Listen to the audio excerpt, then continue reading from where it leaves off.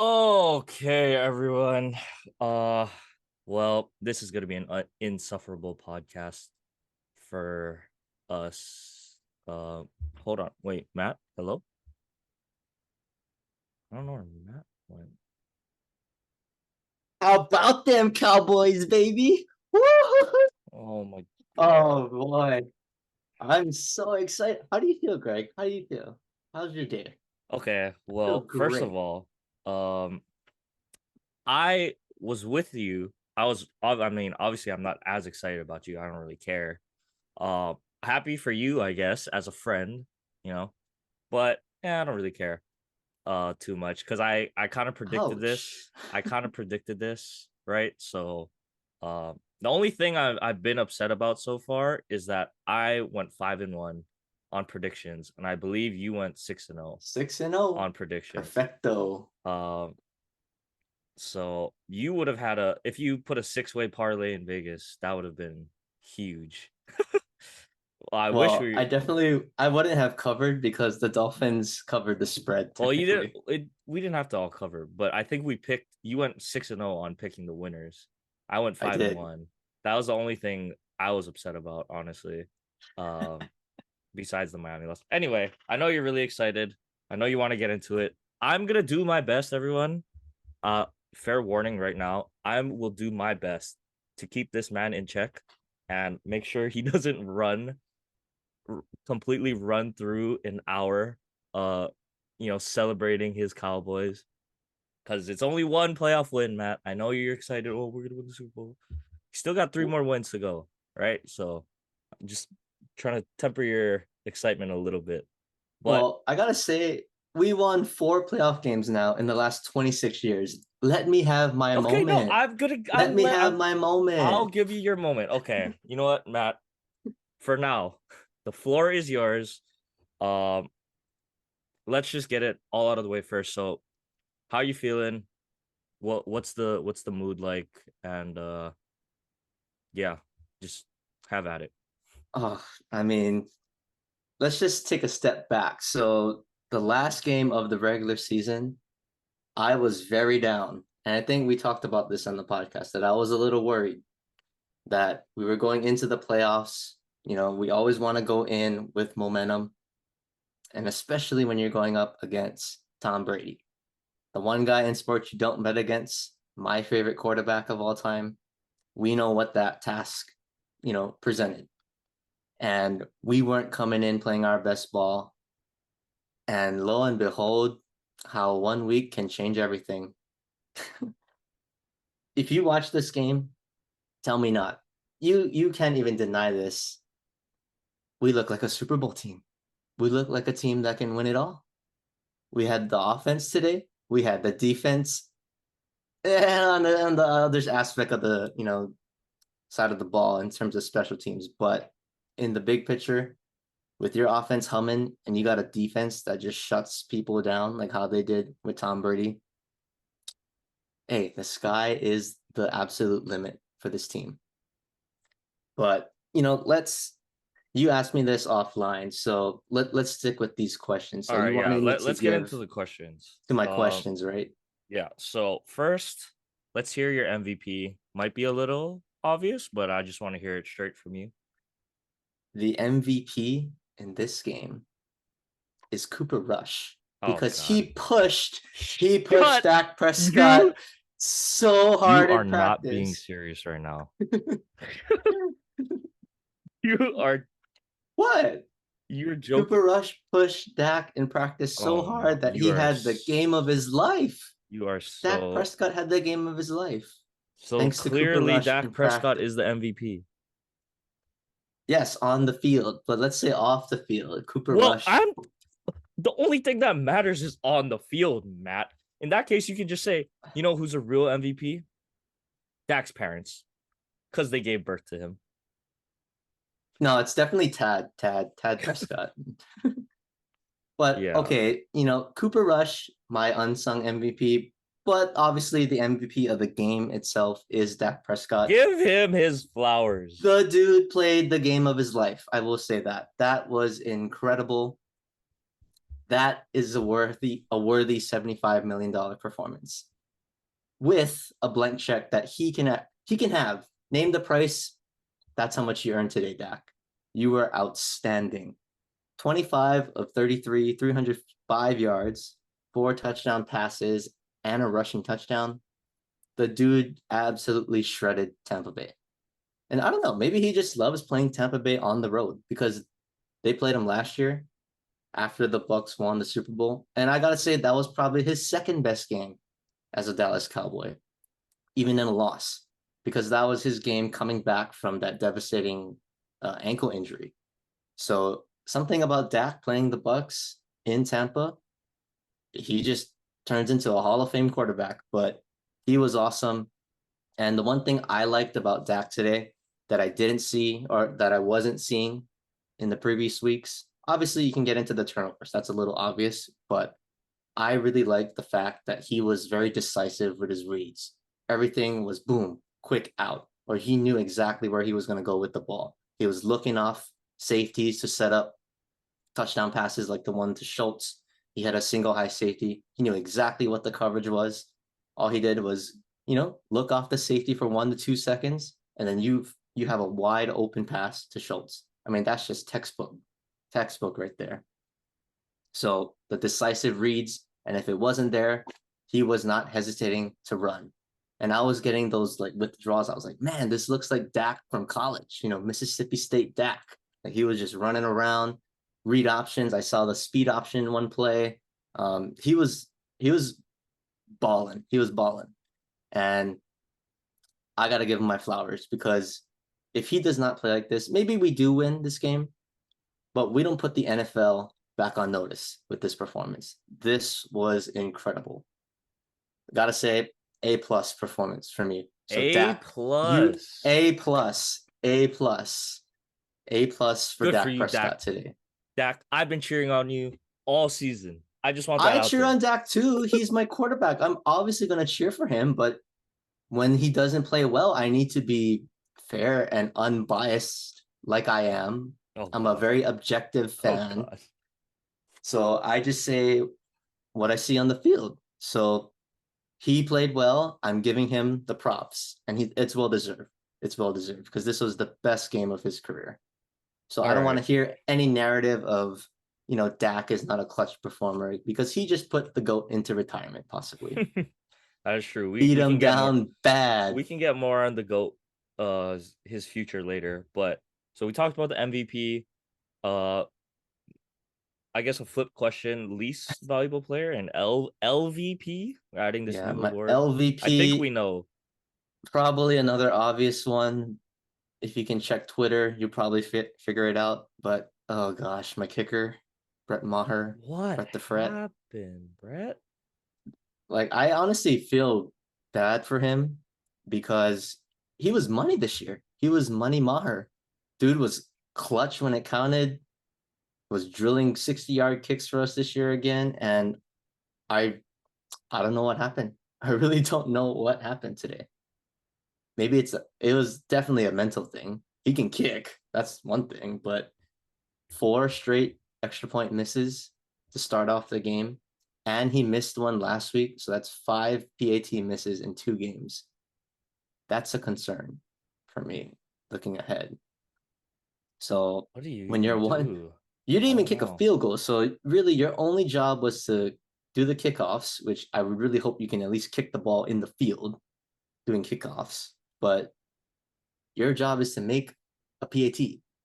And you practice that every day, I would assume in practice. So that's a concern for me. That was really the only thing that was bad in this game today. But maybe we can talk about this in the divisional preview when we get into that. But yeah, not a good look for Brett Maher going into the next game against the 49ers, missing 4 PATs today. All right. Do you have a surprise? Any surprise players? Someone that, or coach, coordinator, that maybe kind of surprised you today that, kind of weren't expecting? Well, if you caught me off guard with the or coach, but I'll say the player first. But nothing really flashy, but the guy who really stood out for me was Israel Mukwamu. He's like a safety, backup corner, kind of hybrid defensive player, but we didn't have Nashawn Wright. Obviously, we don't have Anthony Brown, Jordan Lewis, so we're really down in terms of cornerback depth. But he kind of came in midway second quarter, and he was playing in the slot a lot, but he had a lot of pass breakups today. And I thought for being thrown into the fire to have that role in a playoff game against Tom Brady and to have an impact, and you're guarding Mike Evans, you're guarding Chris Godwin, you're taking Julio Jones. I mean, all pro caliber receivers, at least at one point in their careers. So hats off to him for really stepping up because we need help at cornerback. That's our weakness at this point on defense, just because of injuries. So he is my surprise of the game for me.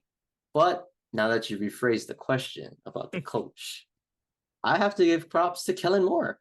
The dude called an awesome game. The sky is falling. He's praised Dak and Kellen Moore on the same podcast.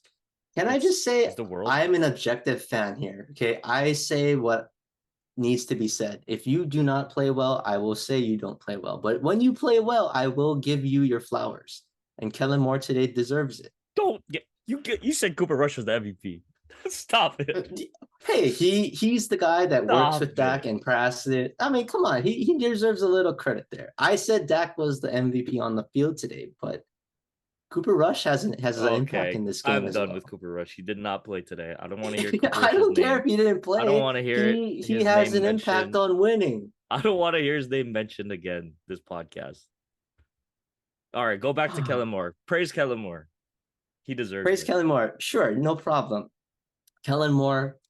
My biggest flaw with Kellen Moore going into this week's pod was he always calls an inside zone on 1st and 10 every single play. But today, that wasn't the case today. And maybe the running statistics don't look too sexy, but I thought the scheme of it was working really well because they tried to run up the middle a little bit. Obviously, it's kind of hard to run against Vita Vea and Akeem Hicks. Those dudes are like 800 pounds combined, just the two of them. So they're clogging up the interior.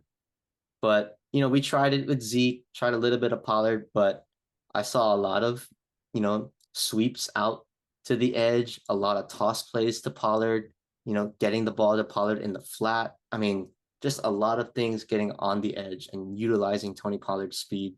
That was really impressive to me because I was thinking Kellen Moore is going to be stubborn. He's going to say, we're going to try to wear him down. No, at some point, you got to be kind of realistic. Vita Vea, dude is a monster. Akeem Hicks, he's a log in there. We're not, Biotish is good. Zach Martin is really good.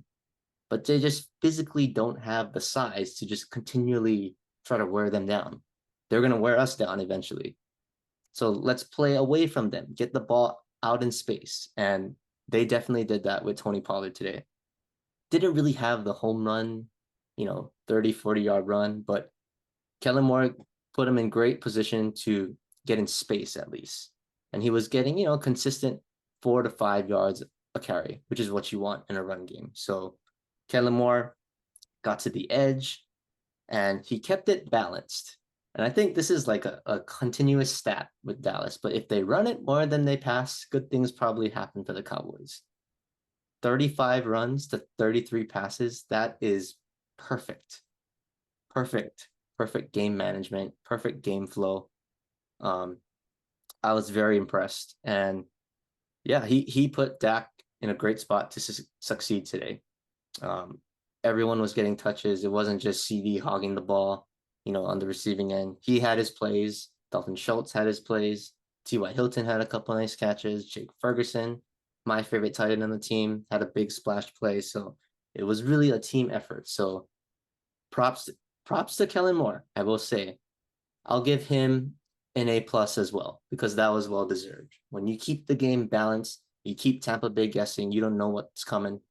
That's how you know you won that game against a Todd Bowles defense. So Kellen Moore, hats off to him. Great job today. Well, you didn't even get to the defense yet. Is it? I just have a I question. know. Uh, are you? Is it really impressive to you, or is it just kind of Tampa just looks so bad today? That I mean, obviously, it was probably because the pass rush, like we talked about, right? If you don't give Tom time, he struggles, right? That's always been. I mean, any quarterback really, right? Doesn't have time to throw the ball, they can't do anything. But were you more? You think it was more Dallas's defense, really stepping up, or just this Bucs team has been awful all year, and even playoff Tom couldn't do anything about it? I'm going to give credit to my team because the last time we saw this Tampa Bay team at full strength, I'm not going to say last week because they rested their guys, but it was against the Panthers for the NFC South title. And that was when everyone was like, oh, they're back. They scored 30 points. Like, they look good. Mike Evans and Tom Brady have their connection back. Like, they're peaking at the right time. So I'm going to give credit to Dallas because they had that momentum going for them and everyone was healthy. So I don't want to hear they got Ryan Jensen back. So I don't want to hear any excuse from Tampa Bay because they had their guys. And for Dallas, we were a team that was kind of struggling on the defensive end for the latter half of the season. We knew what kind of defense we can be based on what we saw, in the first half of the season, really. And that swagger, that confidence definitely came back. So I'm gonna say it was more on the Dallas defense. But it kind of helps. And we talked about this last week too. It helps when you know that the other team is not gonna run the ball because you can just pin your ears back as a defensive lineman and just say, attack. And it really helps too that you're playing a 45-year-old quarterback that doesn't run. It's not Jalen Hurts. It's not Lamar Jackson in the pocket. You don't have to worry about the threat of a scramble or him breaking off a long run. You know that, hey, it's Tom Brady. He's not going to beat us with his legs. You just attack and you pin your ears back and go. You don't worry about the scramble. So kind of a mix of both, but I would say more on the Dallas defense, finding their rhythm back, making all the open field tackles, deflecting and making contested deflections, making it tough for the Bucs receivers all night. So I'm gonna say Dallas on the defensive end. That was a All right. clinic. And I gotta Um. say, Micah Parsons is back. The dude Well, didn't let's have a just hope he's sack. still healthy. The I mean, dude was a beast today. So yeah. I'm Well, excited. I'm things are very definitely going excited. in the right direction. Also, just really quick, it's just I don't know what's been going on with the injuries, but just hope Russell Gage is okay. It's kind of a scary moment.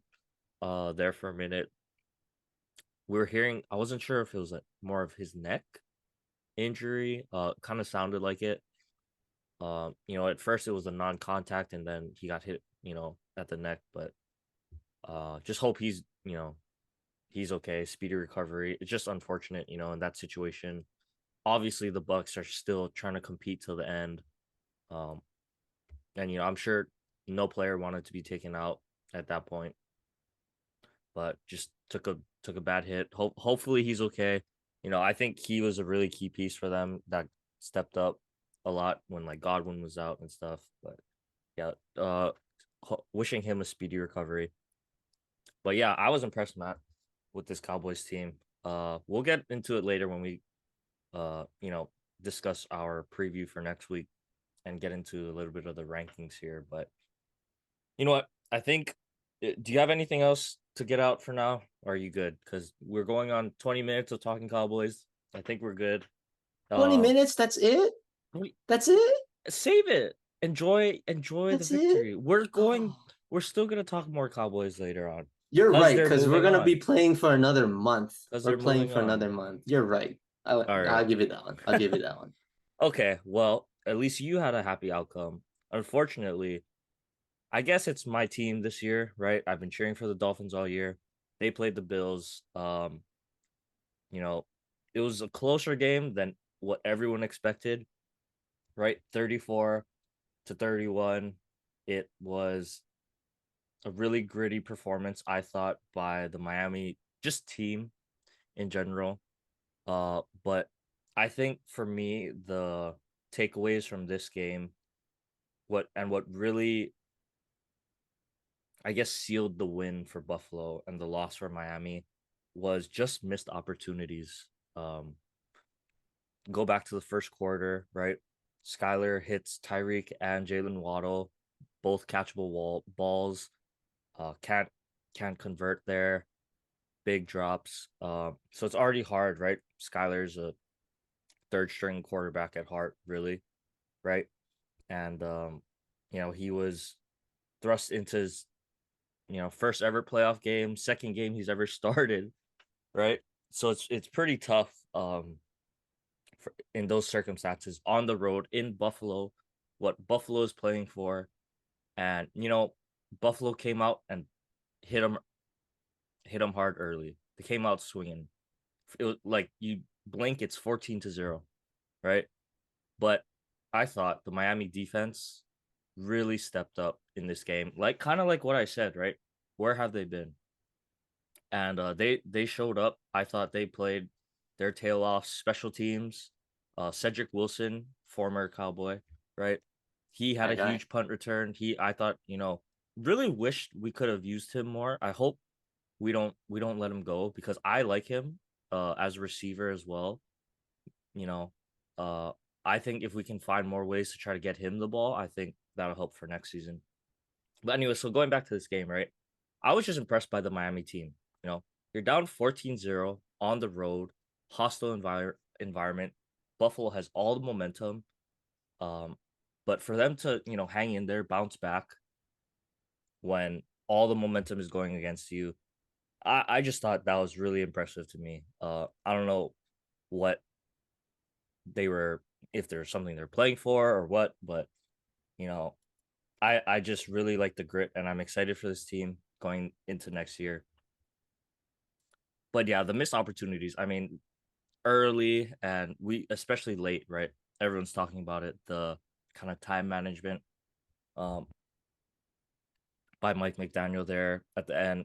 Kind of hard to tell if it's play calls getting in late, um, miscommunication between him and Skyler, or was it kind of Skyler not getting the plays out fast enough?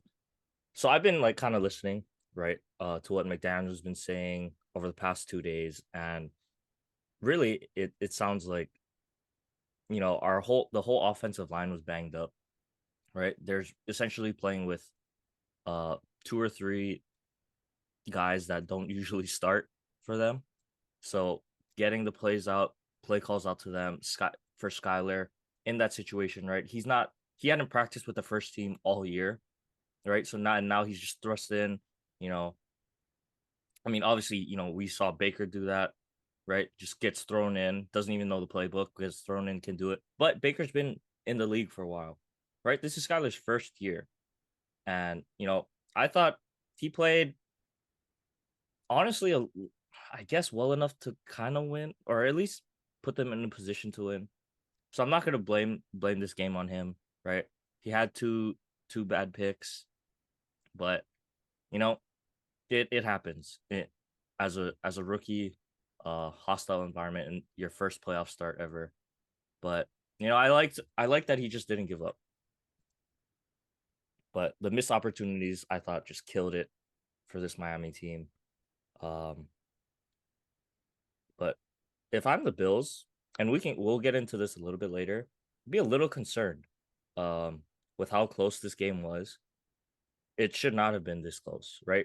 No. Essentially, they let Miami back in the game, right? Josh Allen turnovers absolutely killed Buffalo and quite frankly almost cost them the game, right? Even with the chance in the fourth quarter to go close out Miami, they didn't score. I mean, I know they had the drive at the end to ice the game, right? Devin Singletary with probably the run of the year for him, right? To pick up that first down, which quite frankly, I don't know if that was a first down or not. Uh Yeah, he looked for kind of them, short to me. yeah, for them to spot it as a first down, and I mean, it just so happened where he was getting tackled and you couldn't really see where the ball was. right? Uh, I don't know. I think the NFL, if they were probably leaning towards wanting Buffalo to get in to the next round, right? Over Miami. I mean, and there were just a couple calls, but I don't want to get in too much into the reffing because I'm just gonna spiral down a loophole, or not a loophole, a rabbit hole of the the officiating in these playoffs so far. But yeah, I mean, I'm excited for this Dolphins team moving forward because it sounds like Tua will be back next year, and quite frankly, I think if Tua plays in that game, they win because there were throws that Skyler didn't make that Tua has become so good at this year. The window throws, right? The timing window throws over the middle, past the linebacker, throwing it to a spot essentially, not to an open receiver. That Tony Romo was pointing it out like a couple times during the broadcast, like, oh, if Skylar Thompson just held the ball a little bit longer, just like a split second, and saw Tyreek Hill or Jalen Waddle coming open over the middle, right? That's probably a touchdown. Or um, so it's just things like that that Tua is so good at and has excelled at all year that I really think Miami would have won if they got that defensive performance. Um, I think Miami wins that game because I mean Skyler. I said he played okay, but for being honest, looking at the box score, 18 to 45. Yeah, that's kind of tough. So, the defense at the end too. I thought they played their butts off, but when Miami's offense was just going three and out, or get not sustaining drives on the field, I thought they were just completely worn out at the end, and that's why I think Singletary had a little more juice in him than some of those Miami defenders because I think they were just gassed. They were giving it their all to stay in the game. Um, and I'm just also happy we got a Bradley Chubb sighting. He had a strip Had sack, one forced sack. fumble that that could have swayed the game too, right? Because the ball came out, but it just so happened Buffalo pounced on it. Another one, Naheem Hines muffs a punt, right? Deep in their own territory. Luckily, they fall on it. So those are two more opportunities. One more bounce Miami's way. Hey, maybe Tua is moving on to play Patrick Mahomes next week. So I think the Bills got pretty lucky. Um, I think they definitely could have lost this game. But I think that's enough of that. I'm excited, looking forward to next season. Hopefully, Tua is healthy. Sounds like they're gonna bring him back. Um, we can get into offseason stuff, after the Super Bowl and stuff. But I think this is gonna be a dangerous team. I think Mike McDaniel learned a lot of lessons.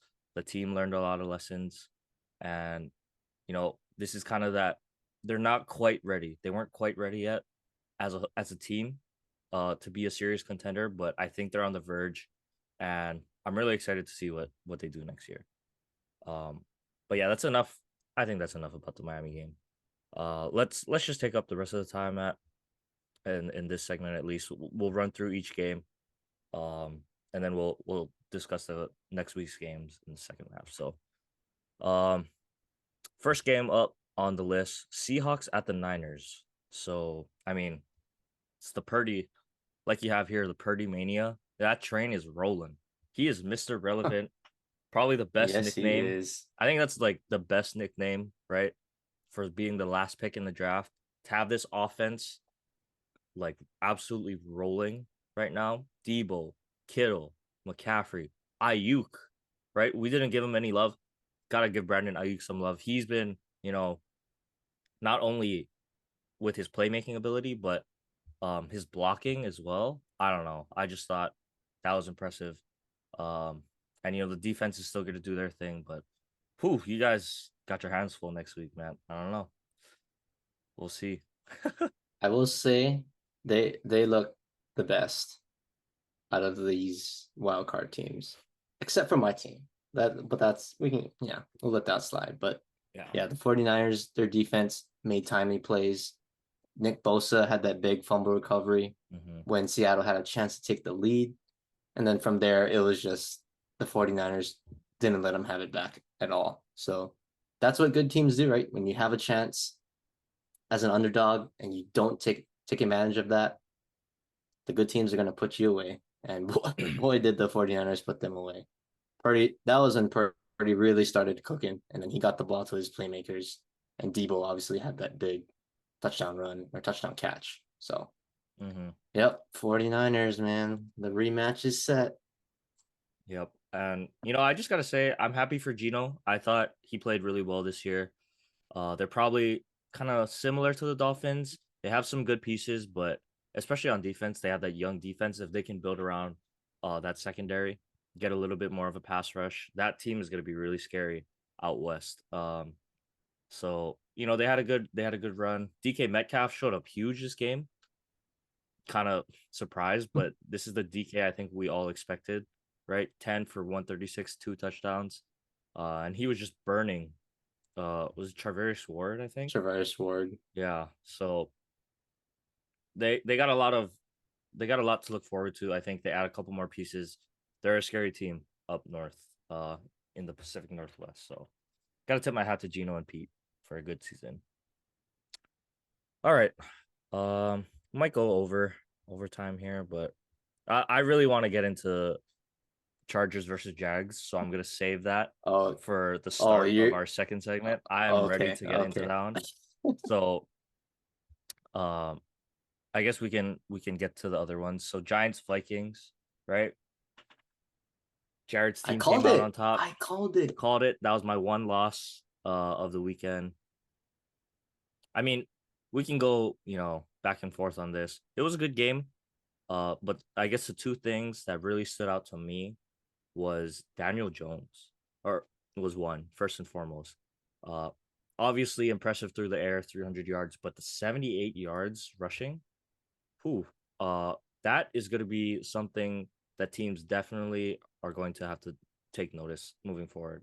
I'm sure the Eagles are aware, but to see how effective and efficient he was, rushing the ball, picking up key first downs, extending drives. Daniel Jones, man, this is the best I've seen him and most comfortable. Like he just looks comfortable in this system that they got with Brian Daboll right now. And yeah, the Giants, man, they look good. I was pretty surprised with their offense, but I guess that'll turn to my second half. Uh, Kirk Cousins. Uh, Primetime Kirk always shows up, right? I mean, the box score doesn't really say it, right? I mean, he had an 85 QBR, which is great. 2 touchdowns, no picks. But if we're being honest, the last drive, I don't I don't know what Minnesota was doing in the second half. You only throw it to Justin Jefferson 3 times after he had 5 catches in the first quarter. Um, I mean, I get maybe you're doubling him, but we gotta really just talk about the last play, right? The fourth down, the 4th and 8, Uh, gotta have it. that Season sums on the up Kirk line. Cousins right there. Um, and you throw a check down to TJ Hawkinson out in the flat, 3 yards off the line of scrimmage, 5 yards away from the first down, with a man on him. It's not like, it's like he's left alone out in space. He has time to catch, and maybe he can make one move and pick up the first down. He had a man on him, trailing him the whole time. Had to, come back, catch the ball, turn around, and he has to just break that tackle. Like what is the read there, Kirk?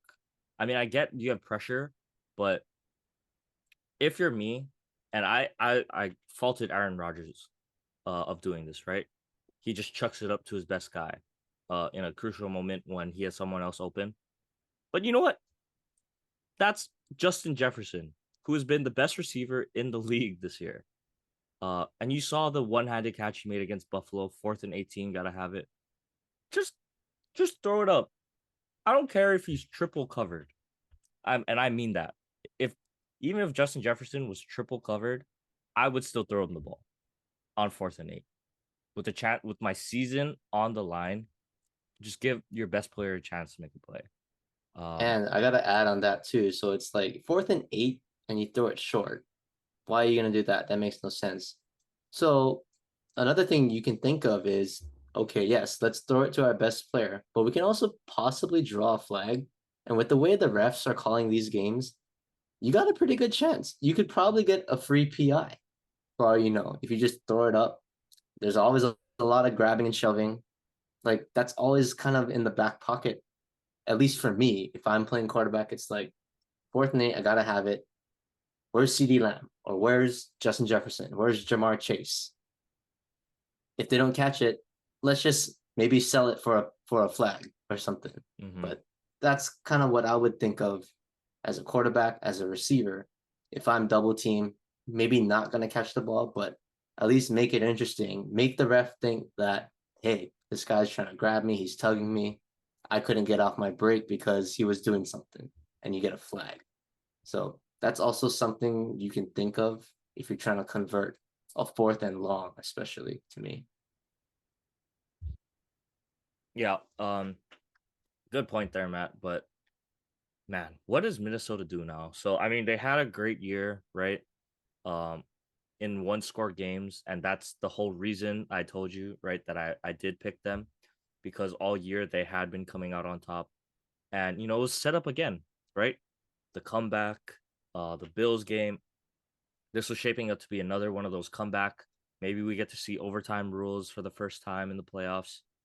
But man, just I'd be so just sick if I'm a Vikings fan. I don't know what Minnesota does moving forward now. I think Kirk still has one more year left on his contract, but what is the move? Because it seems like there's a lot of pieces. The defense I think needs work. They were getting carved up, but is Kirk the answer if you're a Vikings fan moving forward? If it was me, I couldn't be sold. I've seen what I've seen with Kirk. You know what you're gonna get. He can be efficient. He can be clutch, but in the big moment, in that moment, do I want him as my guy? I don't think I could buy it. Um, Gonna be interesting. Here's what I think they should do. So Kirk has 1 year left, right? So he's coming back next year. So I think he starts next year, and I think they could possibly draft a quarterback next year in the draft or this year's draft, in essence. You let the guy learn under Kirk. You know, NFC North is still kind of weak. I would say maybe still runs through the Vikings. Detroit might have something to say Detroit, about that. Detroit. But for the most part, the Vikings have a legitimate shot to at least win the division. So I think you stick with Kirk for one more year. But do I think he can win you a Super Bowl? Probably not. So I think you got to find that next guy. And it's a perfect opportunity in this year's draft with Kirk Cousins' contract coming up to let him learn, kind of play that Trey Lance role in essence that he played with Jimmy G. He can learn the playbook, really get comfortable with Kevin O'Connell, who had a great first year. So he'll be the coach for, I would say, the foreseeable future. So I think that's the route that they would go if I was a Vikings GM. And it's interesting because I think there is a guy, or there are two guys that are really appealing. It just so happens they both are in the same division. So I think Jordan Love would be a great piece to look at. Or this might be crazy, but if they're gonna trade Justin Fields, but maybe even a Trey Lance. If Brock Purdy's gonna be the guy there, maybe it's a Trey Lance move. But guess we'll have to see.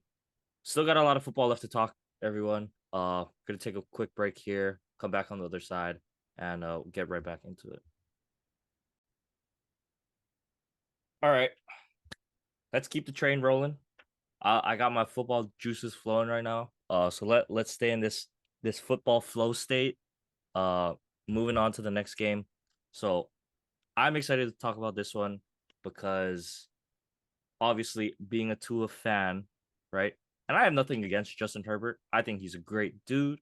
I think he's extremely talented, probably a top 5 talent in the league. If I'm just being completely honest, he got size, arm, the brains, the intangibles, right? But when you're a Tua fan like I am, there's a little bit of like, you know, I don't hate Herbert. I hate all the Herbert fans that bash Tua, right? Oh, how could you draft Tua over Herbert? Blah, blah, blah, blah, blah. Miami's so dumb, whatever. All right. So let's get into this Chargers Jags game, right? I So think before you start, should you give some context maybe through our text message exchange You're right. about why That's a you're great so happy about that's a this? great one. Okay, so I'm gonna pull up some receipts, and you know what? Maybe this will be a post, but it's kind of hard to get the timestamps exactly, right? Um, basically, so I believe when it was only 20-0, something like that, um, I texted Matt in the second quarter. I said the Jags are gonna win this, and he said, Matt, Matt's like, oh, I'm not watching now. I saw Lawrence 2 picks on his first 2 drives. Uh, but I said, yeah, the Chargers are gonna choke. Somehow, some way, this will be a close game in the fourth quarter. That was, I'm not gonna lie, half joking because it looked terrible. Uh, but it's something about the Chargers. They're like the AFC Falcons, right? Like the Yes. two teams most notorious in their history for choking leads, right? And I'm just like, I don't know how they're gonna do it, but the Chargers are gonna choke. And I didn't even say win. I wish I could have said, um, oh, I guess I said the Jags are gonna win, but I was, somehow, some way, this game will be close. It shouldn't be, and it will be. I don't know how it's gonna happen, but it will be, right? Lo and behold, I was right. So that's my context of being a little bit of a Nostradamus, I just know these things. People should listen to this pod. Not nearly enough people listen to this pod. Exactly. I We're smart. couldn't agree with you We're more. smart. You know what? I'm speaking this. This year will be our biggest growth year that we've had. It's going on our third year of doing the show. This will be our biggest growth year because people are gonna start listening. Once we start putting out this content on like TikTok and the Instagram shorts and stuff, people will be like, oh, these two dudes know what they're talking about. I don't know who they are. I don't know why they're just talking with a purple background, but hey, they know what they're talking about. So, you know what? Amen. I'm Amen. manifesting that, Matt. Biggest year for fan of the Fanatic. Anyway, let's get back to why people are going to start listening. It's because we're right sometimes. I'm right sometimes. Most times, actually. So, you know, I'm not even going to put all of this on Justin Herbert. Put the loss on Justin Herbert. He's not excused by any means, right? Um, but at the same time, you put out one more score in that second half, uh, the game's probably over, right? Even one more field goal, that They did miss it though. Cameron Dicker missed. So it was that like that's why I'm not completely putting all the blame on Justin Herbert because no Mike Williams, Dicker missed the kick. Um, some of how they were, I think they punted, right? Didn't they punt on like their own or like when they were at their 40-yard line or something like they're in plus territory already, chose to punt, right? Um, I think I forget which quarter that was, but I think yeah, they did. They played field position because yeah, they were already up 27-0, 24-0.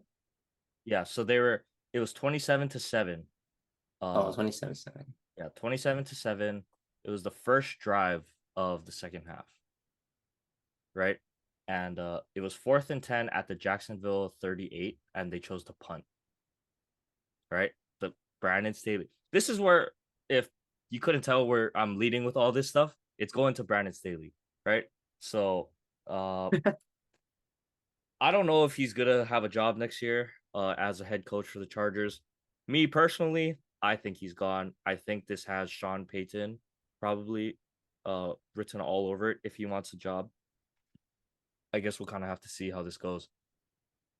But first, let me, I'm on the Brandon Staley train, so let me feed into this. I don't know how, as a defensive coach with a specialty in defense, you force 5 turnovers in the game, win the turnover margin 5-0, right? So your team doesn't turn the ball over once and manage to lose the game. Up I don't think you'll 27-0 at one point in the game. I don't think How you'll ever see that ever how again. is that possible?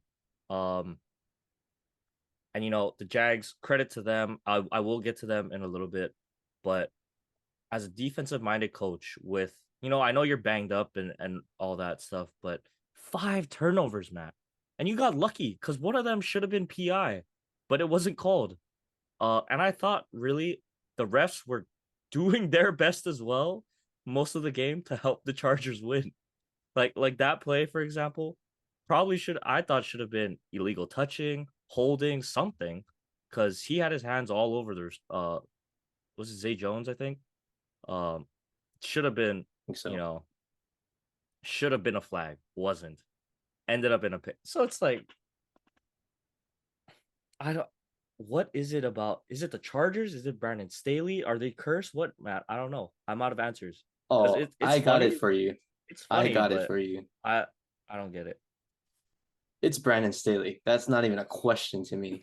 But I want to go back, and we talked about this last week too. But why was he playing his starters in a meaningless game last week?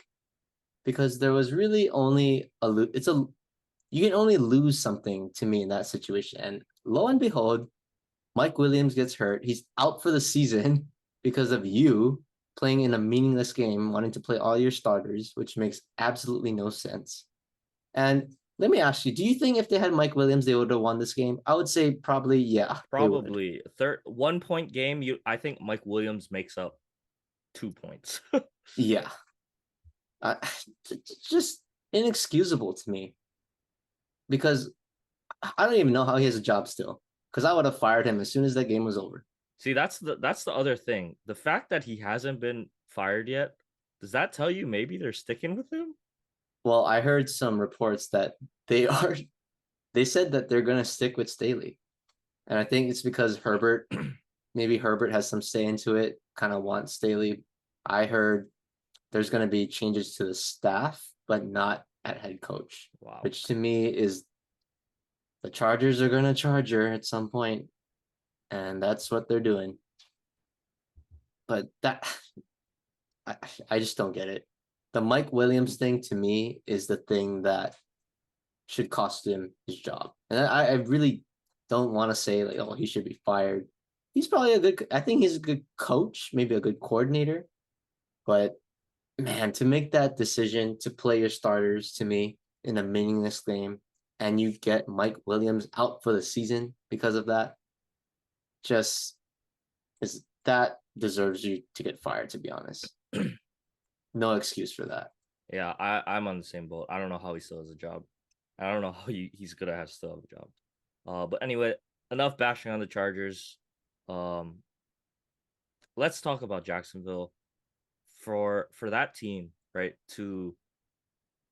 Like this is why I think they're a really scary team right now, and even for Kansas City, uh, it's they're never gonna quit now. The rest of these playoffs, every game that they're in, even this Kansas City game, even if they get down big, they're not gonna quit, and that's probably the most dangerous team to me, right? That no matter how much you punch them, they get right back up.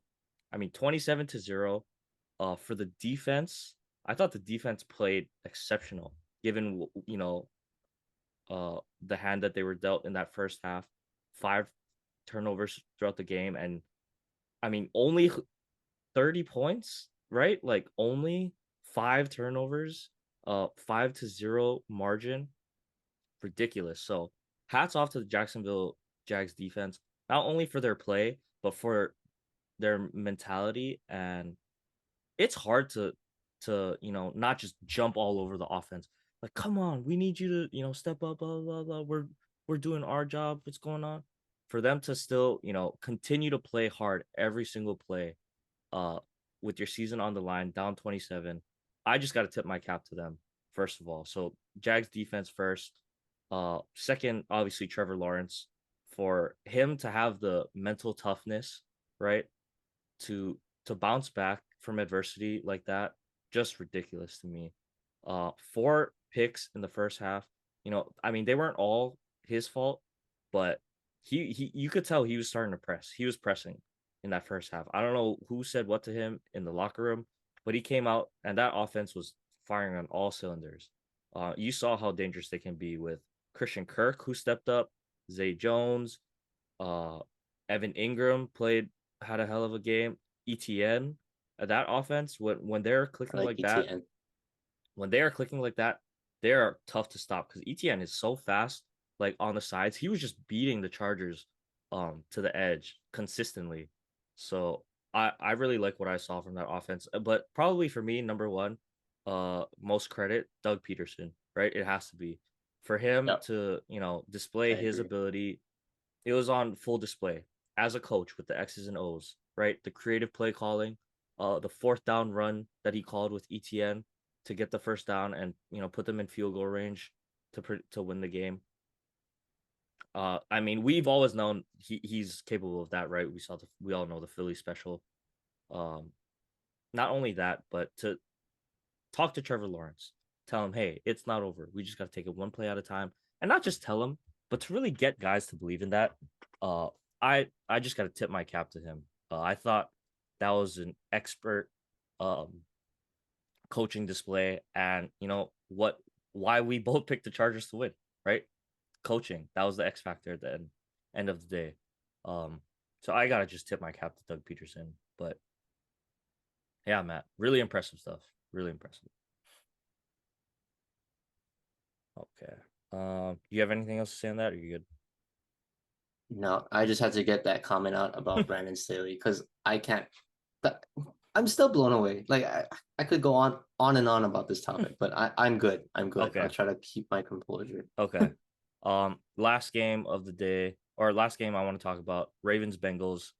I think we both thought, like the Miami game, it was gonna be a blowout. But something about those divisional games, especially in the playoffs, that brings out the best of everyone, right?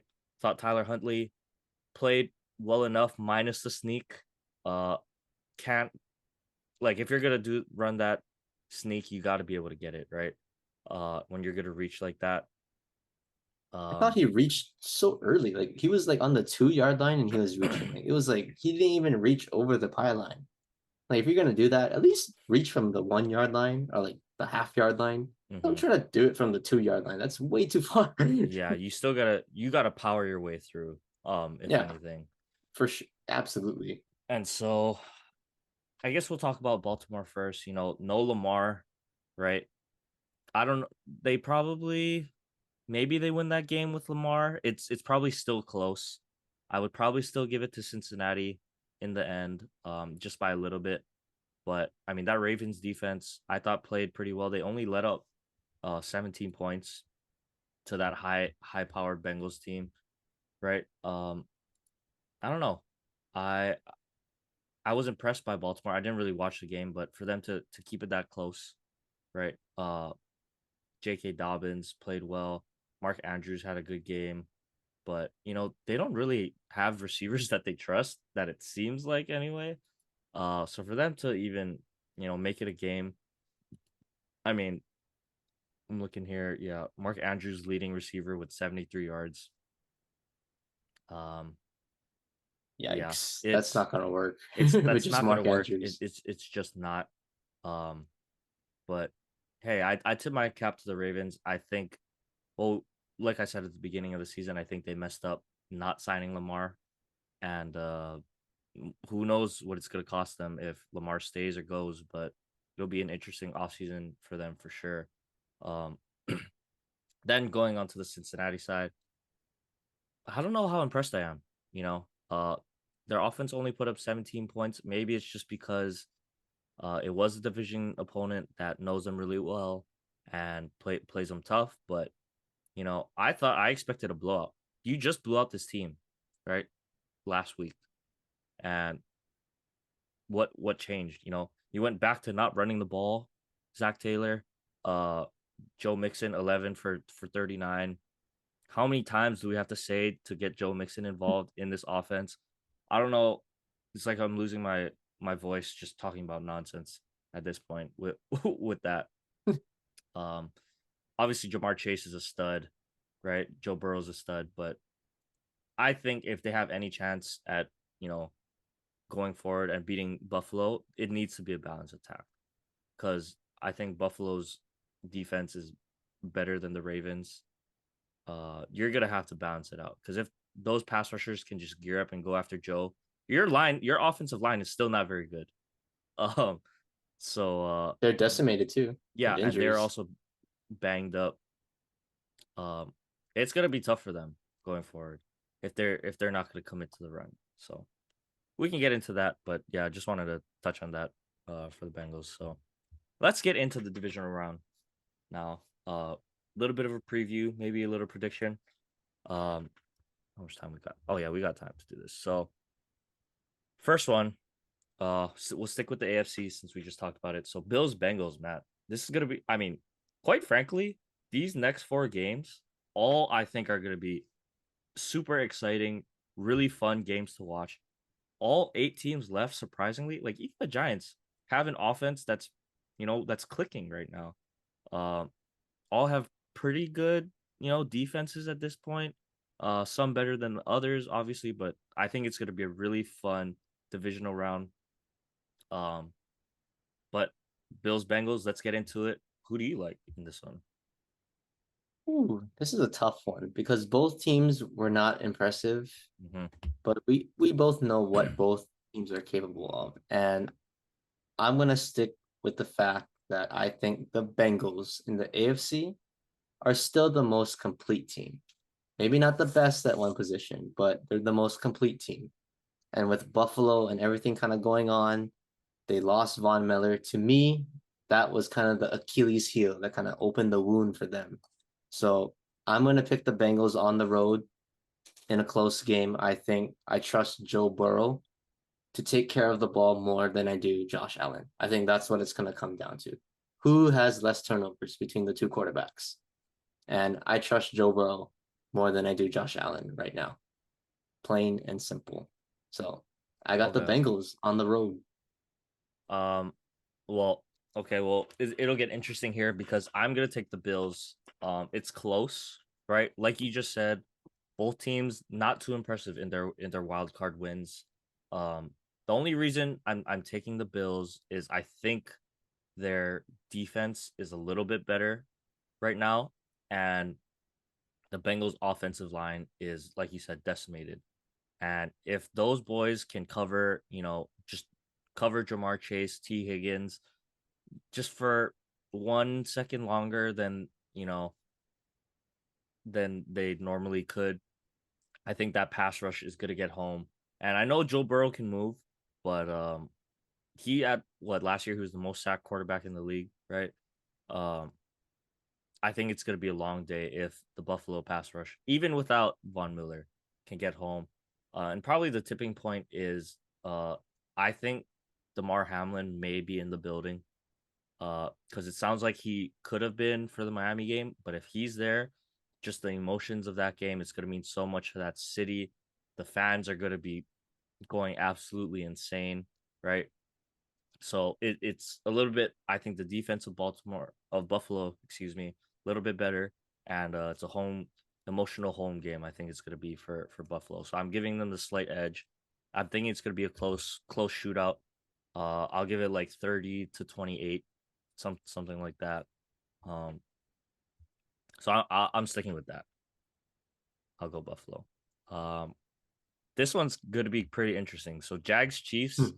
I know I had my prediction earlier. I'll start with this one as I'm gonna just stick with my prediction because I had the Chiefs going to the Super Bowl. Um, I really like what I saw from the Jags, the grit, the resolve, the mental toughness. They play fast. Their offense looks pretty good, but at the end of the day, um, you can't be having 4 picks. You give Patrick Mahomes 5 turnovers. No, I'm sorry. You are not coming back from that. 5 extra possessions for Patrick Mahomes in that offense. I know it's no Tyreek Hill, but they look just as good this year. I in Arrowhead on the road. I gotta give it to Kansas City. Yeah, I think I'm gonna agree with you on that one. Uh yeah, it's the Chiefs, right? Everything still kind of runs through them. And the way that I look at it is Jacksonville's a young team.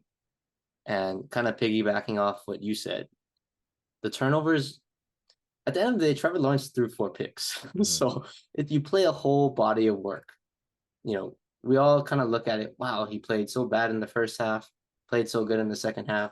But at the end of the day, it's a whole game. and he still threw 4 picks. You cannot do that against Kansas City. And you touched on that. And it's something about Arrowhead that gives teams so much problem with the noise. And I don't trust Jacksonville on the road. I think they won this game against the Chargers because one, they were at home. Two, they have a coach on the Chargers that just does not know how It's to just the manage Chargers. Yep. game situation. But now you're going up against, the best of the best in essence. At the quarterback position, you could say at the head coaching position. So it's a different beast. And Trevor Lawrence is, kind of been turnover prone a little bit, you could say. So I trust Patrick Mahomes a lot more, kind of similar to my last segment, to take care of the ball more than Trevor Lawrence. Yep. Okay. So we're on the same page with that one. Yeah, good luck. Good luck, Jacksonville. You're gonna need I'll be it. cheering for the Jags, though, I will say. Okay, well, I'm Need cheering the for the Chiefs just underdogs. because I want my prediction. Yeah, Um, I know. I want you to be out because I got the Bengals. So okay. Well, let's move to the NFC. Three NFC East teams still standing out of the eight NFC left. Beast, man, the NFC NFC Beast. Beast is for real this year. Um, let's get into it. So first, Giants Eagles. I'll let you have the floor for this one first. Who do you like in this one? Ooh, this is a tough one. But you know what? I'm gonna go with the Giants. I think the Giants upset the Eagles, and I'm gonna put it back to their last game that they played in Week 18. So the Eagles played their starters. Jalen Hurts was back from injury, but they had to play their guys to get that number 1 seed. And the Giants had nothing to play for. They were locked into the 6th seed. Daniel Jones didn't play. Saquon Barkley didn't play. None of the main guys played. And somehow, some way, the Giants were kind of in that game to the end. It was pretty interesting to say the least. So to me, if I'm Philly, I'm a little concerned with that because they're not really rolling into the playoffs right now. Not like how they were playing in the regular or the first half of the season for sure. And with this being a divisional game, I think, and the Giants having lost both games and it being close, and the fact that they didn't even play their starters the second game, and with the way the Giants looked this last game, I think the momentum, whoever is the hottest is going to win this game. And I think the Giants, if Daniel Jones does this again, they're going to win. They're going to win. And like I said in the preseason, I need to see it from Jalen Hurts in the playoffs. I just saw it from Daniel Jones. So I never saw it from Jalen Hurts yet. He lost last year against Tampa, looked pretty awful. So this is really, test number 2. He failed the first one. So I gotta see it. I don't know what I'm gonna get from Jalen Hurts. And I know what I got from Daniel Jones last week. So I'm gonna take the Giants in an upset. Okay, that's a bold one. I still got Philly, not just because of my prediction, but uh, mine is because I know you said right they're not rolling into the playoffs, but I mean, hey, we just saw what Dallas did off of a bad game, right? Who they played their starters too. It was a meaningful game for Dallas, right? Whereas Washington was playing Sam Howell, right? So similar situation. Uh, I've seen Dallas turn it around, and quite frankly, I've seen Philly be more explosive than Dallas had been all year. This was like a complete surprise what Dallas did tonight, right? If I see Philly go out there and play like they have been throughout the season, it won't be as much of a shock, right? I know they're capable, and want to touch on the Jalen Hurts point you made. Yeah, last year didn't get the job done, didn't look good, but I think it's been established at this point that Jalen Hurts as a passer and as a quarterback, right, leading an offense this year just looks night and day difference from last year and this year, right? Yes, we do need to see it in the playoffs, but to me, not only is it because of Jalen Hurts and Nick Sirianni, they got AJ Brown this year, uh, but I think that they're going to be able to run the ball much more effectively than Minnesota, you know, and so for that, I think it's going to take maybe one possession away from Daniel Jones, right? And that offense. Even if I assume their offense is still rolling, I think Philly's defense is a little bit better than Minnesota's. And I think they're going to be able to kind of win the time of possession a little bit more than the Giants, because the Giants, I mean, Daniel Jones ran it pretty well, but Saquon didn't do a ton in that game, right? At least on the ground. I know he did well receiving, but I think for them to establish the run, control clock, score touchdowns, not kick field goals. That's why I'm gonna give it to Philly. You know, they played like the one team, one seed all year. So I'm gonna give it to Philly for those reasons. Okay. Well, I know what your answer is for this next one. So I guess let me go first. All right. Um, I'm gonna give it. This is, you know, I had my prediction before tonight, but now after what I saw, it makes it a little bit harder. I'm not gonna lie with how good they looked. But I'm sorry, I'm still gonna give it to the Niners. My slight nod is gonna go to San Fran. Mainly just because they just have too many weapons, I think, on offense. And like you said, the Cowboys are a little bit depleted in that secondary. I know, uh, you know, your surprise player, he played well today, right? But the Tampa Bay offense is pretty one-dimensional. They don't run the ball. You can play pass, you know what's coming, you can expect it. With this San Francisco offense, they have so many different run looks, so many different run plays and styles, play action plays, uh, and just too many guys that can win one-on-one. Kittle, Ayuk, Debo, even McCaffrey, you want to flank him out there, is going to beat most linebackers. Um, I just think it's too much offensive firepower, and I think, well, the Bucs defense, while they played great in that Super Bowl run, hadn't been that same defense. This Niner defense, yeah, they've been kind of showing a little bit of chinks in their armor, but they still got the guys, they still got the playmakers, and they got Nick Bosa, who's arguably the defensive player of the year.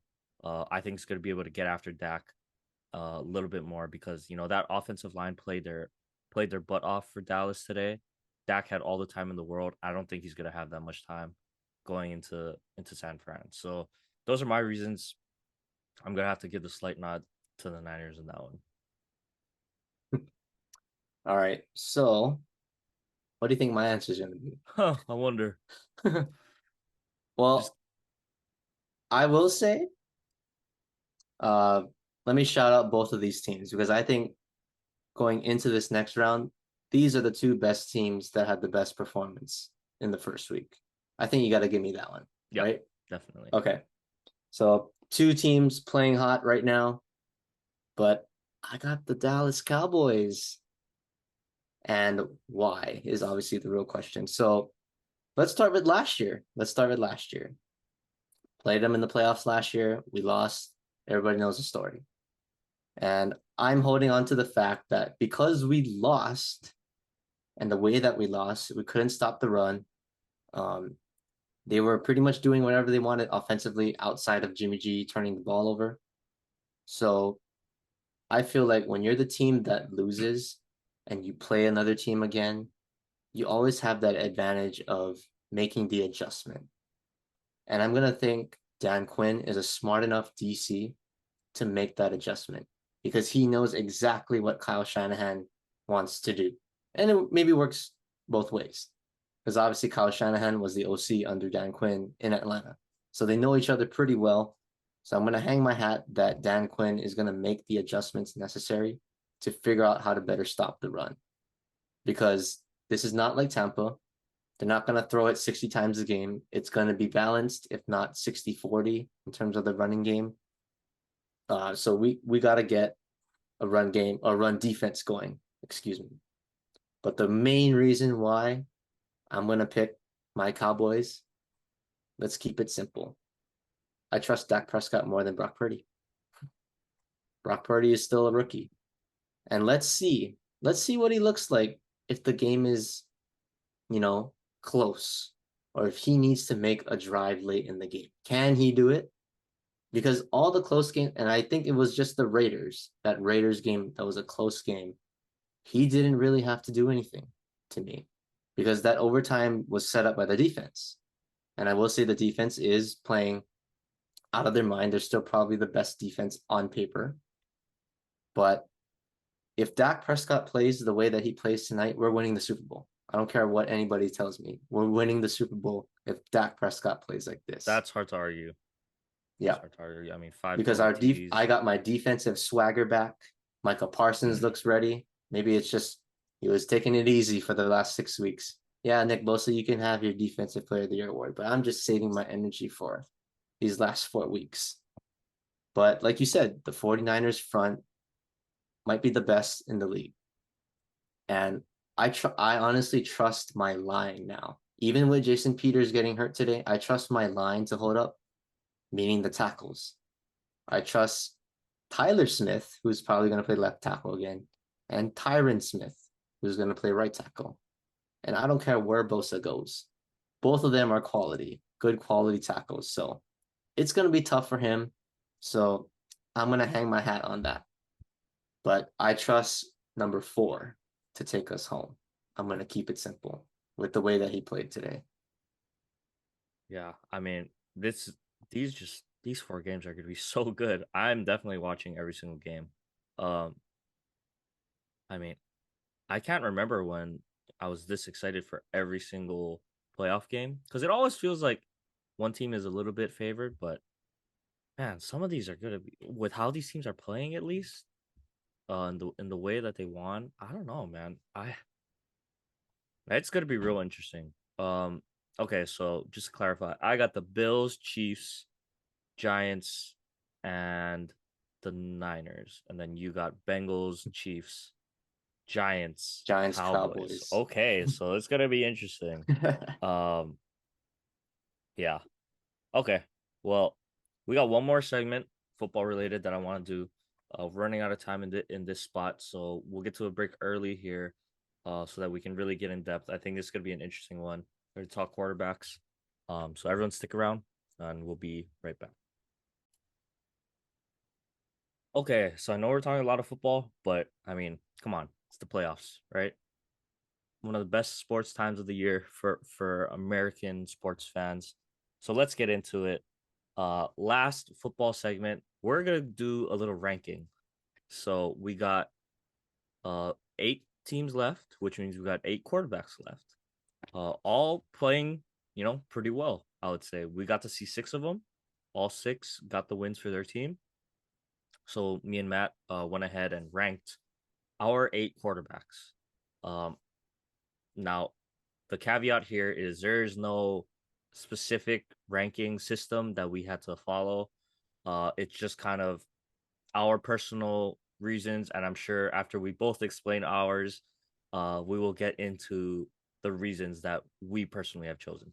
So, without further ado, Mr. Fanatic, I will give you the floor first. Let's hear it. 8-1. Start at number 8. And let's hear Okay, let's hear it. So my number 8 quarterback left in this playoffs, I'm going to go with Brock Purdy. Might be a surprise with the way that he's playing. He's undefeated. But my reasoning is he's a rookie. He's a rookie, has playing in a lot of blowout games, even the first playoff game against Seattle. Yeah, he had a nice game, but I still think there wasn't that high leverage situation that he was put in yet. So I need to see that situation first before I can elevate him. Okay. But I'm going to have to keep him at 8 based on that just status. Okay. Number 7. I'm going to go with Daniel Jones here. Oh my. Okay. I'm just going to say real so we can just get it out of the way. So far, our 8 and 7 are the same. Daniel Jones. Okay. But I got Daniel Jones at number 7. He's had a nice year. But being the Cowboy fan, watching him play for how many years, I still know deep down what he's capable of. The real Daniel and Jones. What's the real Daniel Jones? This is, I don't know. Maybe he is changing, but I still got to look at the whole body of work. And I think, Daniel Jones, I'm still not going to be sold on him. Although I did pick them to beat the Eagles this week because he's playing well.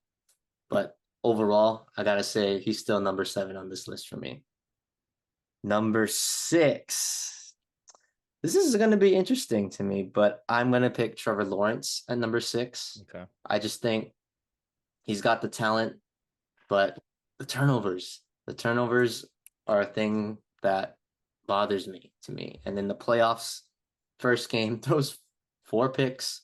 That's still not very good. I know he won the game. He came back. Everybody's giving him the flowers, but you cannot throw 4 picks against any other team except the Chargers and win. I will say that. That's got to be put into perspective. So Right. I got Trevor Lawrence at 6. Number 5, I got Jalen Hurts at number 5 Wow. in this playoffs. We kind of I touched on this before. I got to see it from him. I still got to see it from him. He's had a great year, probably one of the better regular season / fantasy quarterbacks in this game so far with his ability to run.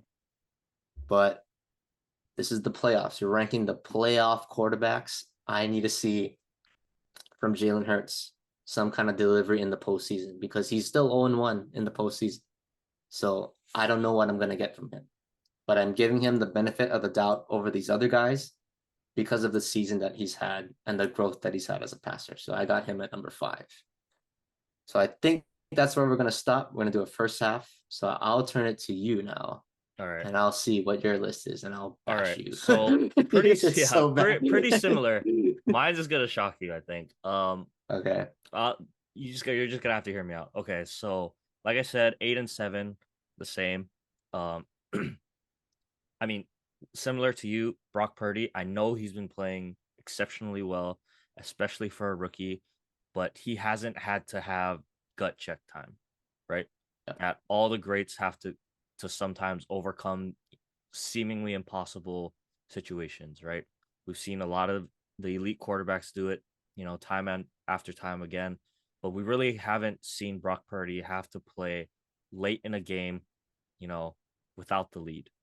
And I just think he has the probably easiest system to play, QB friendly, right? Kind of similar to Miami's one with Tua, but I just think not to say he's been riding a gravy train per se, but I mean, you got the best defense, you got an offensive friendly coach, you've got some of the best weapons offensively. I'm just gonna have to put you at number 8. This list can change, but right now I got him at number 8. 7, Daniel Jones, same, uh, kind of same similar reasons as you, right? I've seen the ugly side of Daniel Jones before, right? I know he's been doing good, and I know he looked great against Minnesota, but I don't think Minnesota, their defense is really that good. And I think he's going to be seeing much better defenses, especially if they somehow make it to the NFC Championship game, right? It's already going to be a tall task getting past Philly, but the NFC Championship game, Dallas or the Niners, right? I think are going to give them fits, and I don't think Daniel Jones is quite ready to overcome those obstacles. So I got him at 7. Number 6 is going to surprise you, man. I have Josh Allen at number 6 right Wow. now. So Okay. okay, I know that's going to shock a lot of people, right? How can you put Josh Allen? So my reasoning, right, is that this year in the red zone, Josh Allen has just been too turnover prone in the red zone this year on scoring drives. And, even in this Miami game, right? You're up 14-0, right? If you don't, as long as you don't turn the ball over, Miami's dead in the water because they had nothing going offensively. You could just bury him, right? And to his credit, he made some good throws that weren't caught. Right, he had one of the bombs to Shakir, I think, or to I forget his name. One of the Bills I think it was receivers. Shakir. Yeah, Khalil Shakir. Shakir. Yeah, yeah. That should have been caught, right? To his credit. And Josh Allen has all the talent in the world. Sometimes I truly, truly think he's the most talented quarterback in the league. Like sometimes I really think he has more talent, physical talent than Patrick Mahomes. Better runner. I think looks like he has a easier time throwing the ball, stronger arm. So I'm never gonna take that away from Josh Allen. It's just that something about him this year maybe he's forcing it too much, wants to do too much sometimes. Like sometimes he in that Miami game, he's trying to take off and run a little bit too soon, I thought. Um, and I don't for some reason I don't trust how he's playing right now. Um, more than more than some of these other quarterbacks on this list. Josh, I think you're a great player, but just right now, the turnovers and letting teams hang around is something that is concerning for me. So that's why I have Josh Allen at 6. I know that was a shocker. And then at number 5, right? I believe we're going to number 5. I got Trevor Lawrence at number 5. I was close between 6 and 5. Trevor Lawrence, Josh Allen. Um, you know, we can't ignore the four picks, right? That that is something of concern. But I don't think Trevor Lawrence makes uh has another 4 interception half game the rest of his career, quite honestly. I don't think he's gonna throw 4 again in one half as long as he's in the NFL. So this one that is kind of an outlier to me. Um as bad as the picks were, the second half just that much more impressive. Uh the toughness, the mental toughness, the grit, perseverance for him to stay lead his team too. It's one thing for Doug Peterson to, get a team fired up, but a team really, really needs to trust their quarterback to be able to get them out of situations. And I think he earned that trust with his team. And so for that reason, I got him just slightly over Josh Allen right now. It's kind of close, I'm not gonna lie. Okay.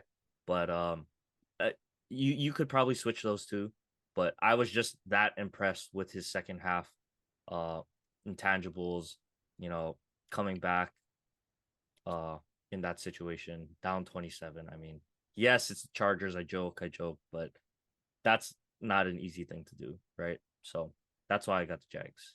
Or sorry, that's why I got Trevor Lawrence just slightly over Josh Allen. Just slightly right now. Okay. I mean, I had him at 6. You had him at 5. So, yeah, relatively in the same ballpark. But yeah, Josh Allen, wow, I'm kind of shocked on that one. I mean Number that's 6. just my reasoning. It's just I Mm-hmm. something right now. I love Josh. I've come around. I'm a Josh Allen fan now. Used to hate him, right? Wyoming, thought he was overrated. Didn't think he was that good. Didn't look that good his first couple years. He's won me over, but something I just don't trust him right now. I trust Trevor Lawrence more than Josh Allen right now. That's just how it is. All right. So I guess it's back to me now Back to for you. number 4. 4 through 1. So my number 4 quarterback left in this playoffs is Josh Allen. And for the exact reasons that you said. But I think the talent is still there, obviously. He's shown last year in that divisional round. Yeah, he can go toe to toe with Patrick Mahomes or the best of the best. But with the way that he's playing right now, the turnovers were pretty crucial, I would say. And I don't know, maybe if they were playing Tua and they have those turnovers, they lose. I gotta be straight up with that one. So I think Josh Allen, with the turnovers that he has in the playoffs right now, and really this regular season, the second half of the season, he's had a decent amount of turnovers. So I can't trust that in the playoffs to me. So I got him at number 4 for similar reasons that you had Josh Allen at 6, which I think is a little low, but that's fine. Number 3, I got my guy, Rain Dakota. He was lower on this list, I would say, but man, I saw this performance tonight, and he got that boost in the He rankings. got the bump up. He, I'm judging it based on how they're playing right now, but also taking into consideration the body of work. Dak Prescott coming into the year, yeah, he had a rough year, a lot of picks, but he's won a playoff game before. I know there's the whole Tony Romo comparison, but I think he put that to bed tonight. He took down the GOAT and beat him bad. It wasn't even close. He beat him bad and outplayed him. And that cannot go unnoticed to me. So he gets the spot at number 3 for me. Okay.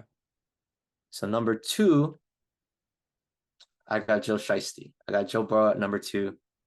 I've come around to be a Joe Burrow fan. Wasn't really, fond of him at LSU. I was like, yeah, he's a product of the system. Got all these guys, Chase, Jefferson. We kind of cheer for Tua more, but seeing him play last year, I think, in that Super Bowl run really got me to be a fan of his game. I think he's a, kind of Brady-esque. I know Skip Bayless kind of says that a lot, but I can kind of see it. He has the ability to put up big numbers, obviously, and just carry a team if you can't run the ball. But I like the fact that I think he's developing into a game manager sometimes, right? He's not going to make the costly turnover to me. And that's the thing that matters in the playoffs. Are you going to make a timely turnover that kills your team? Or are you going to take care of the ball and be the hero? I think Joe Burrow can do both. So I got Joe Burrow at number 2. And at number 1, with one spot left, I got Cooper Rush. Cooper Rush, number 1 I quarterback should have left. seen that coming. He's I the should have one seen that's it left. coming. Oh Lord. Cooper Rush. He's 4-1 as I a should have starter. I should have seen it coming. 80% winning Oh percentage. my How can you gosh. debate that? I should have seen it coming. I should end the podcast right now. But since I Oh guess we're god. talking about starters on paper, I gotta say it's Patrick Mahomes for obvious reasons. Uh, he's won a Super Bowl, MVP. I don't think, I think we're kind of both on that line there. So I got Patrick Mahomes / Cooper Rush at number 1. All right. God. Audacity of you. I can't believe What? you. You're You tell ridiculous. me I can't say Cooper Rush's name in this podcast. I just did 40 minutes later. You almost had me. The timing you In had Rush, to we pull that. trust, baby. I hope Cooper Rush goes to a different team now. Break No, your no, heart. no, no, Break no, your no, heart. no. We're gonna sign him back. 2 years, $4 million. All right. Threw me off my game. All right. Let me get to my 4 then. So my 4, at number 4, I'm gonna go with your guy, not Cooper Rush, the actual starting quarterback of your team, Dak Prescott. Who I must admit, going into this playoffs, probably would have been much lower. But this was just a different Dak. And I know he's looked good before, right? I've seen Dak, put up big numbers with, when you guys still had Amari. But to me, it was like you touched on earlier, decisive, um, aggressive. He wasn't, he was making throws with confidence, using his legs. And the thing that just really impressed me was he managed the game well too, but it was the mental. He was reading the defense uh so effortlessly tonight, making all the right reads, making all the right plays, good timing with his receivers, not just, trying to fit it into tight windows, right? I was just impressed. And this is a Dak I haven't really seen before. Um, but a Dak that can be really scary. If he shows up to play like this the rest of these playoffs, yeah, you guys you guys can win it all. There's no doubt about that. So that's why I got Dak at number 4. Just really blew me away tonight.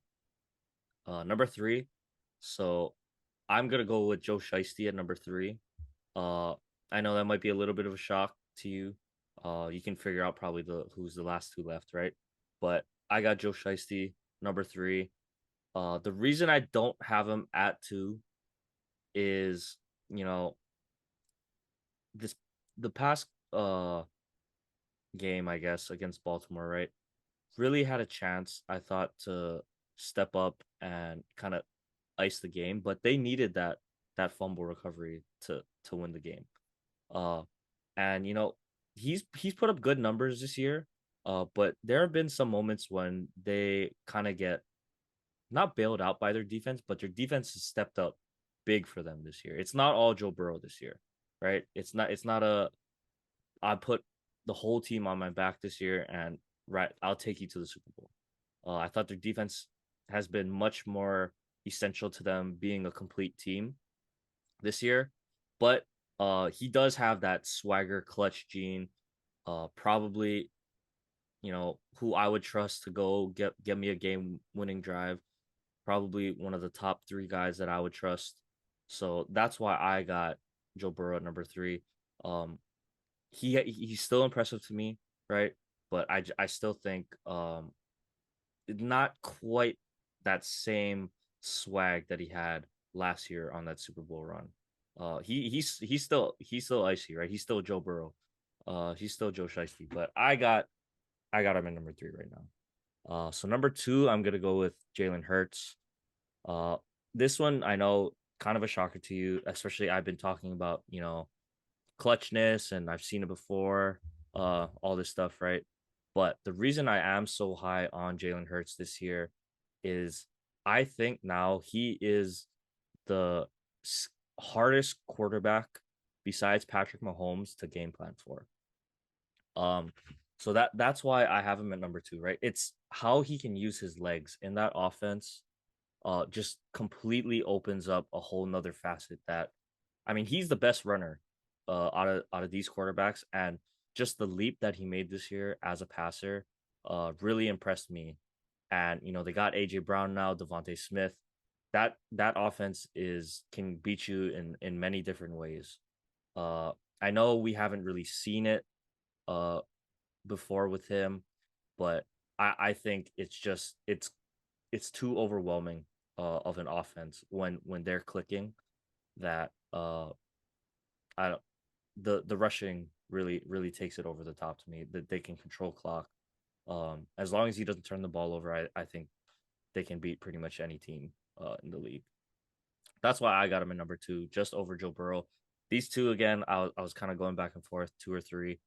But I'm gonna give the slight nod because I think the rushing just adds a whole nother element. And of course, at number 1, I've got to go with Patrick Mahomes. Been there, done that, Super Bowl winner, MVP.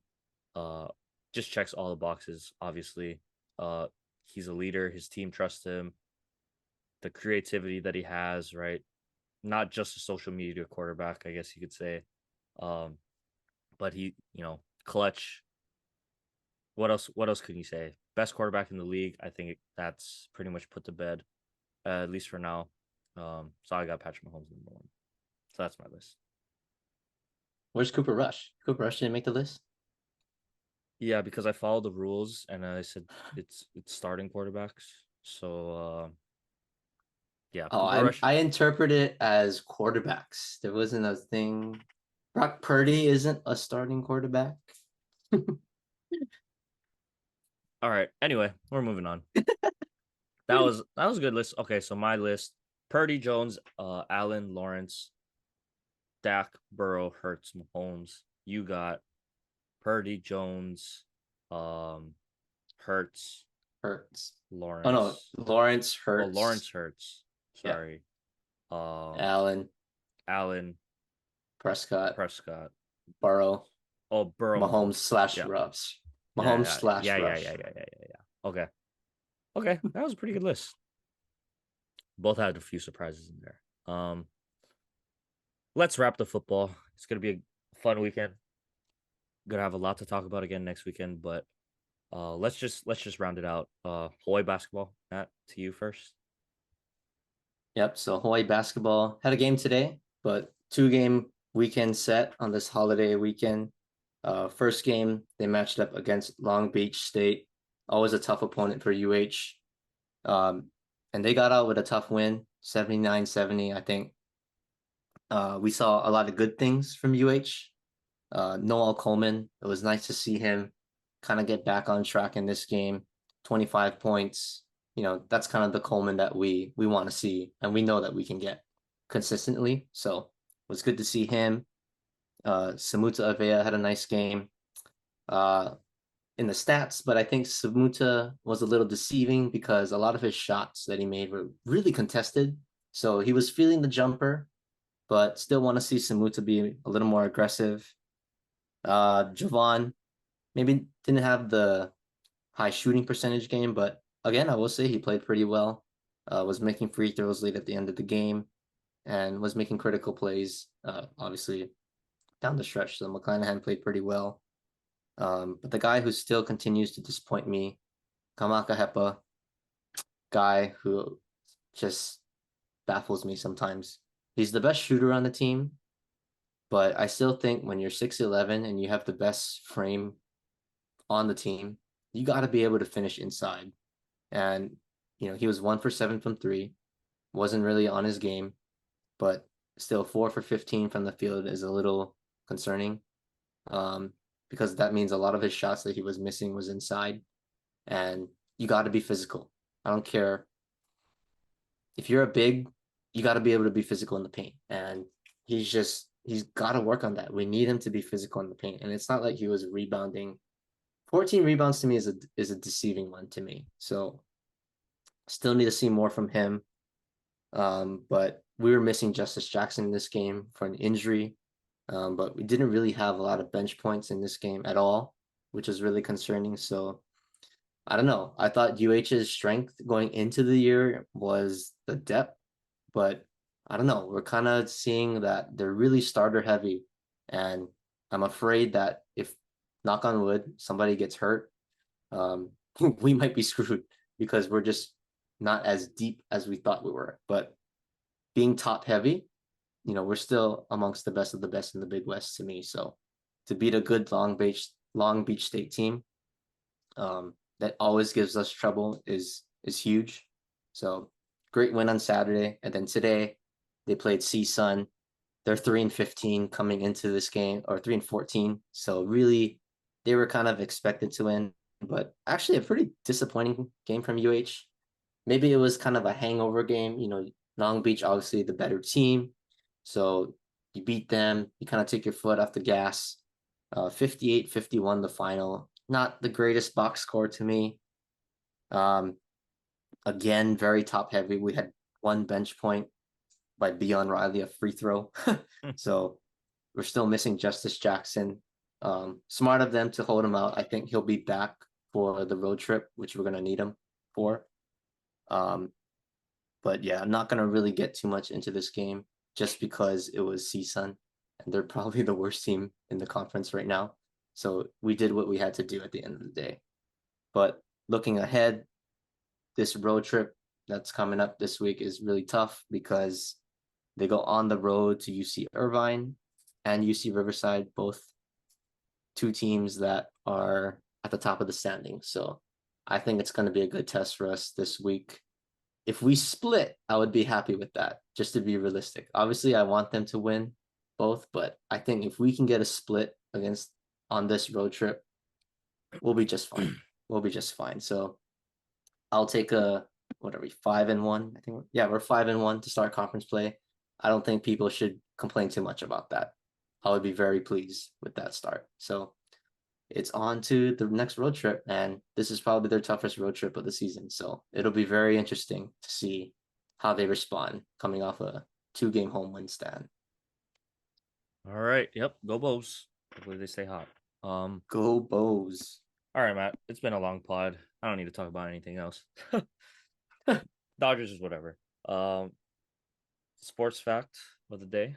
Round us out here. You got it. All right. So we are recording on January 16th. So let's start back to last year during the pandemic. We got a tennis fact. So 1 year ago was when Novak Djokovic, who at the time was the number 1 tennis player in the world and also unvaccinated, was planning to play in the Australian Open, but was then deported out of the country by the government because of the vaccine mandates. Like so barely a sports fact. I was like, I don't know, like there wasn't really a spicy one today. A spicy one today. But I will say this 1 year ago today was the year, or the Dak quarterback trial. But obviously, I'm not gonna say that. Why would I want to say a sports fact that makes my team look bad? So I had to find something else. But I don't know. Maybe this year Brock Purdy will run a quarterback trial and they'll run out the clock. So maybe the roles will change this year.